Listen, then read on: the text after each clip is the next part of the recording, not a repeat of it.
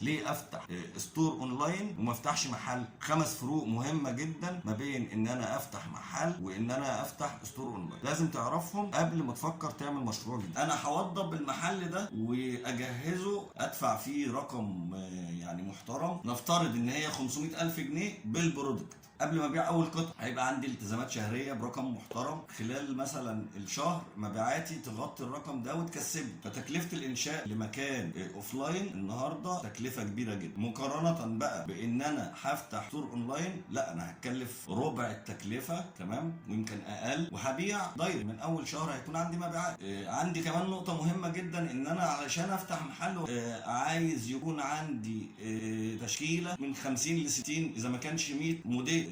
في الاونلاين لا، انا ممكن ابتدي ستور وانا عندي 10 برودكت ويكون عندي ستور كويس جدا.